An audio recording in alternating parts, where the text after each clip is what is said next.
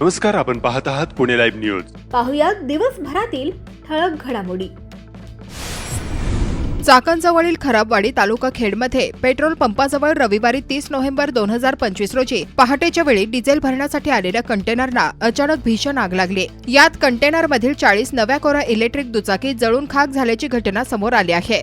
तळेगाव चाकण रस्त्यावर खराबवाडी गावातील Indian oil petrol पंपावर कंटेनर क्रमांक NL01 AE 7346 डिझेल भरण्यासाठी आला होता. त्यावेळी ही धक्कादायक घटना घडली आहे. कंटेनर पूर्णपणे पेटल्याने या सर्व बाईक काही क्षणातच जळून खाक झाल्या. सुदैवाने कोणतीही जीवितहानी या घटनेत झालेली नाही. ही आग नेमकी कशी लागली याचा तपास सुरू असून आग लागण्याचे नेमके कारण समजू शकलेले नाही. ही घटना पहाटेच्या सुमारास घडली. NL01 AE 7346 क्रमांक असलेला हा कंटेनर डिझेल भरण्यासाठी पेट्रोल पंपावर आला होता. कंटेनर चालकाने त्यासाठी आपल्या मालकाला फोन केला होता. मात्र मालकाने फोन न उचलल्याने चालकाने कंटेनर पंपाच्या शेजारीच उभा केला. तो काही काळ तिथेच थांबून मालकाशी संपर्क करण्याचा प्रयत्न करत होता. तेवढ्यात एका रस्त्याने जाणाऱ्या नागरिकाने कंटेनरमधून धूर येत असल्याचे चालकाला सांगितले. सुरुवातीला चालकाला काहीतरी किरकोळ दोष वाटला, पण धूर वाढत चालल्याने त्याने तातडीने परिस्थिती बघण्यासाठी कंटेनरचा मागील दरवाजा उघडला आणि क्षणाचाही अवधी न लागता आगीचे प्रचंड लोळ बाहेर पडले.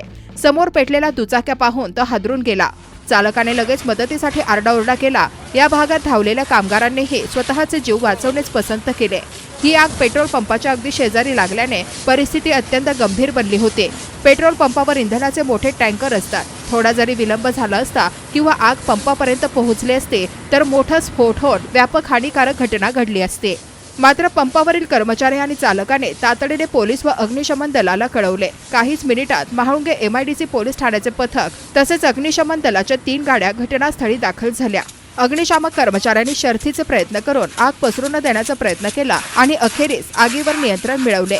या घटनेनंतर परिसरातील नागरिकांची एकच धांदल उडाली. पहाटेचा वेळ असल्याने गावात शांतता होती, पण अचानक आगीचा धूर आणि आवाज ऐकून जागे झालेले लोक घटनास्थळी धावले. मात्र पोलिसांनी सुरक्षा लक्षात घेऊन त्या परिसरात गर्दी रोखली. विशेष म्हणजे ज्या इलेक्ट्रिक बाईक्स जळून नष्ट झाल्या त्या सर्व नवीन होत्या. त्यांची डिलिव्हरी विविध ठिकाणी करण्यासाठी हा कंटेनर निघाला असल्याचे समजते. लाखो रुपयांचे नुकसान झाल्याचा अंदाज व्यक्त केला जात आहे. महाळुंगे MIDC पोलीस अधिक तपास करत आहेत.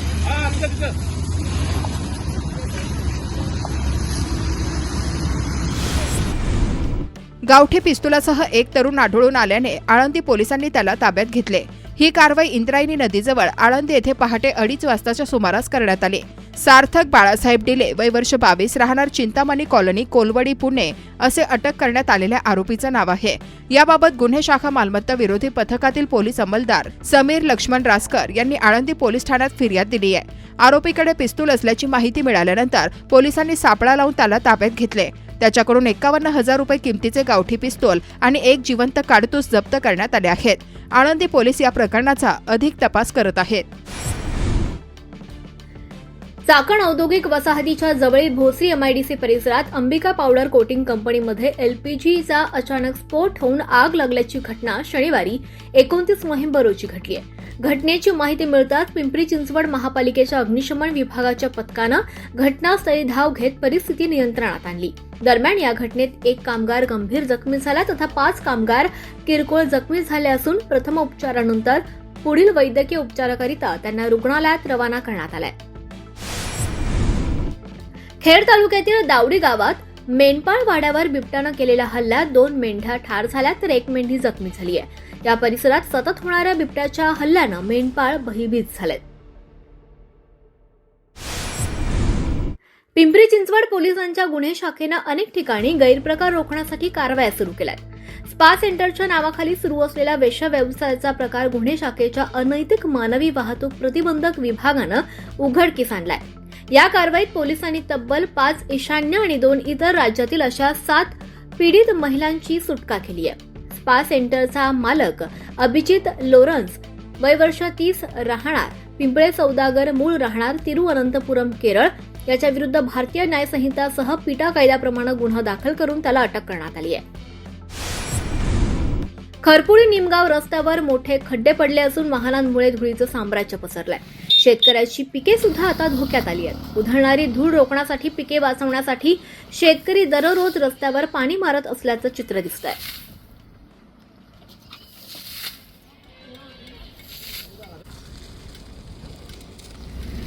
ते रस्ता खराब झाल्यामुळं दुराळा उडत आहे. जेव्हा मुरम टाकून रस्ता खराब झाला आहे तर दुराळाने फार आमची पिकाचं नुकसान मोठं नुकसान झालं आहे. वाफगाव रेटवडी जिल्हा परिषद गटात शिवसेना पक्षाचा इच्छुक उमेदवार रोहिणी गणेश तिगडे यांच्या शिवसंकल्प अभियानानं मोठी पकड घेतली आहे. सुप्रीम कोर्टाच्या आदेशानुसार निवडणूक आयोगाला जानेवारी महिन्याच्या अखेरपर्यंत स्थानिक स्वराज्य संस्थांच्या निवडणुका घेणं आवश्यक आहे. याआधीपासूनच रोहिणी गणेश तिगडे यांनी शिवसंकल्प अभियानाच्या माध्यमातून मतदारसंघ पायी पिंजून काढलाय.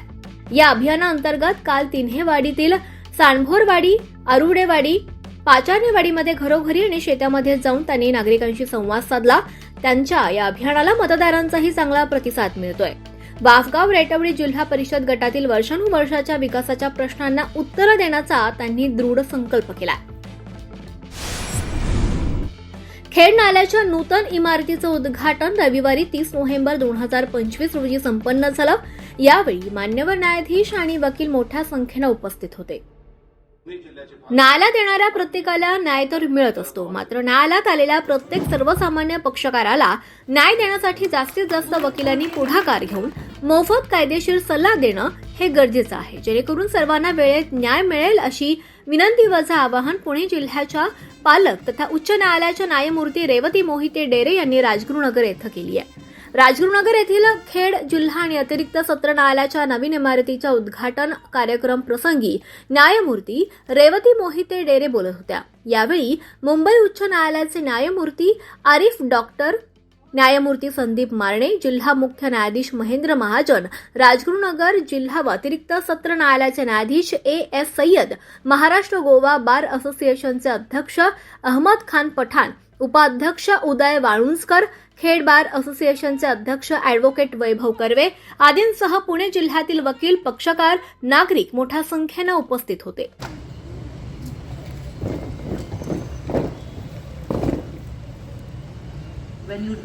when you get money, the satisfaction is greater because your hard work is as much as you put in for any private matter. So please माझी रिक्वेस्ट आहे सगळ्यांना की या न्यायालयामध्ये नुसताच न्याय पण मिळेलच, पण तुम्ही फ्री लीगल एड हे तुम्ही सगळ्यांनी पक्षकारांसाठी केलं पाहिजे आणि त्यांना खऱ्या अर्थाने न्याय दिला पाहिजे. हे जे इव्हन आपल्याकडे लोक अदालत असतात किंवा मीडिएशन असतात, त्याच्यामुळे आपण पेंडन्सी खालती आणू शकतो. आता मॅजिस्ट्रेट कोर्टात डोमेस्टिक व्हायलन्सचे केसेस भरपूर असतात, पण प्रत्येक वकिलाचं कर्तव्य आहे in matrimonial matters to ensure की कुठेतरी आपण सेटलमेंट घडवायला पाहिजे त्या मॅट्रिमोनियल मॅटर्समध्ये. म्हणजे त्याच्यातलं जो सॅटिस्फॅक्शन असतो ते ट्रिमेंडस असतं. तुम्ही हे मॅटर सेटल करून त्या मुलं असतात त्या मॅट्रिमोनियल मॅटरमध्ये, तर त्या मुलाला अफेक्ट होतं. Indirectly it affects the society. एक केस करायला 498A केस, DV ॲक्ट, फॅमिली कोर्टमध्ये मेंटेनन्स, एक केस तुम्ही निपटली म्हणजे मीडिएशनला पाठवली तर आपल्या त्याच्याबरोबर 5 ते 6 केसेस निपटतात. त्याच्यामुळे मी अगेन रिक्वेस्ट करीन मॅट्रिमोनियल मॅटर्समध्ये जे मॅटर्स रिझॉल्व्ह होऊ शकतात ते प्लीज मीडिएशनला रिफर करा आपण किंवा लोक अदालतला रिफर करा, कारण ह्याच्यातच म्हणजे आपण we can bring down the pendency. नुसतं म्हणजे आपण आपल्या लेवलवर इवन हायकोर्टमध्ये जेव्हा आमच्याकडे अपील्स येतात, आता सध्या माझ्याकडे apart from criminal assignment family court appeals पण आहेत. आमचा एंडेवर हाच असतो की आम्ही बघतो 15, 20 वर्ष, 30 वर्ष वेगळे राहत आहेत आणि अपील स्टील पेंडिंग, अजून 10 वर्ष काय निघणार नाही.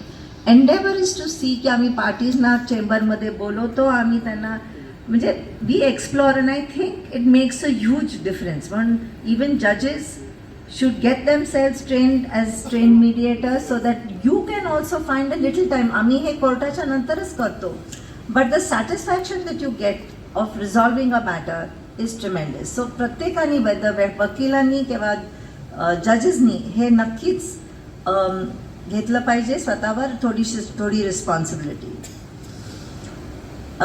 शेवटी परत मी एकदा आपल्याला सगळ्यांना सांगते की हे नवीन जी न्यायालय आपण आज उद्घाटन केलं ही केवळ इमारत नाही आहे. येथे न्यायाचा प्रकाश सतत उजळत राहावा असा संकल्प आहे. ह्या इमारतीतून समाजाला आशा, संरक्षण, विश्वास आणि न्याय मिळत राहावा हीच माझी मनापासून इच्छा आहे.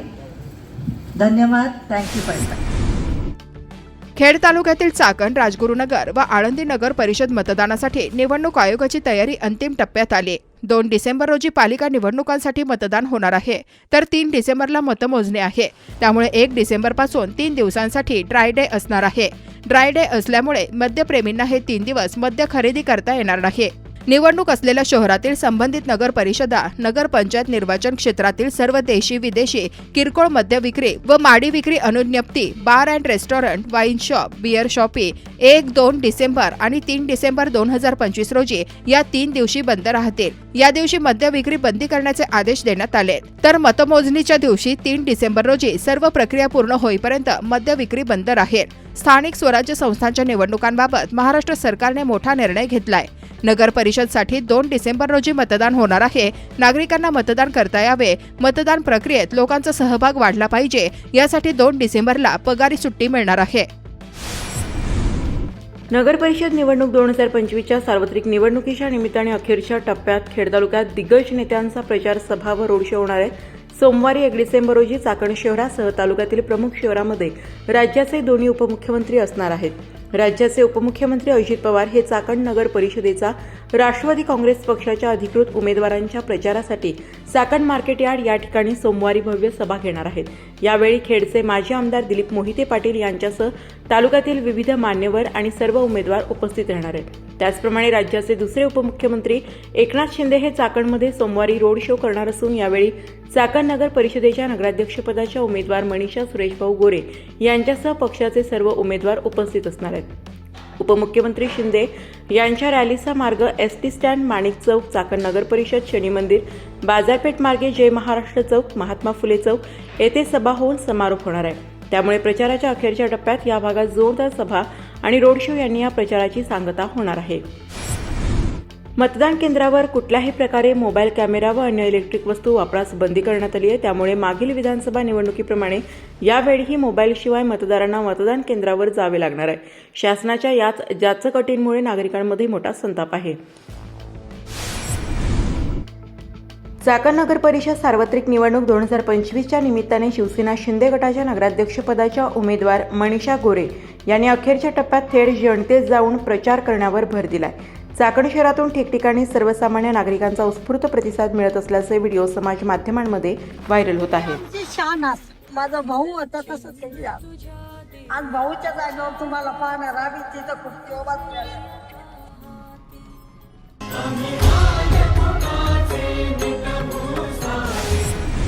खेड तालुक्यातील आळंदी, चाकण व राजगुरुनगर या ठिकाणी शिवसेना उद्धव ठाकरे पक्षाच्या मार्फत निवडणुकीला सामोरे जात असलेल्या उमेदवारांच्या व सहयोगी पक्ष उमेदवार यांच्या प्रचारार्थ खेड तालुक्याचे आमदार बाबाजी काळे यांनी पदयात्रा व व्यक्तिगत मतदारांशी भेटी घेऊन विकासाचा अजेंडा मांडलाय.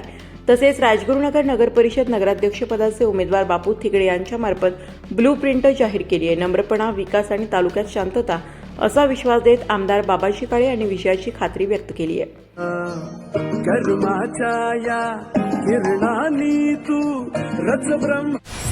पुणे नाशिक महामार्गावर रविवारी सायंकाळी नागरिकांनी पुन्हा एकदा मोठ्या वाहतूक कोंडीचा सामना केला. नाशिक बाजूकडून पुण्याला जाणारी लाईन आंबेठाण चौकापासून ते तळेगाव चौकापर्यंत वाहतूक कोंडीत अडकल्याचे पुणे लाईव्हच्या दर्शकांनी कळवले आहे.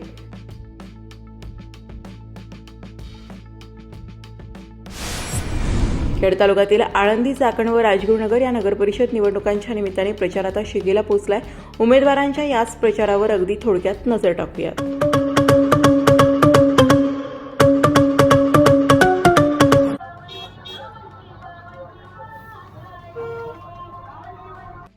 एक पृथ्वीराज जैसे गोकुल में हो मोहन,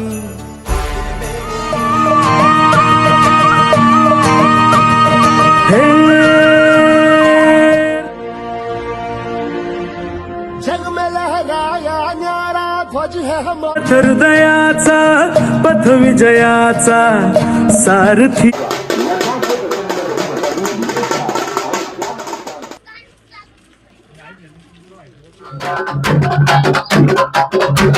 कर्तृत्व सिद्ध करण्यासाठी संघर्ष आणि लोकाशीर्वाद फार महत्त्वाचे. अपना वतन आंखों से कटकार सण करून मला बदनाम करण्याचा डाव रचलेला आहे.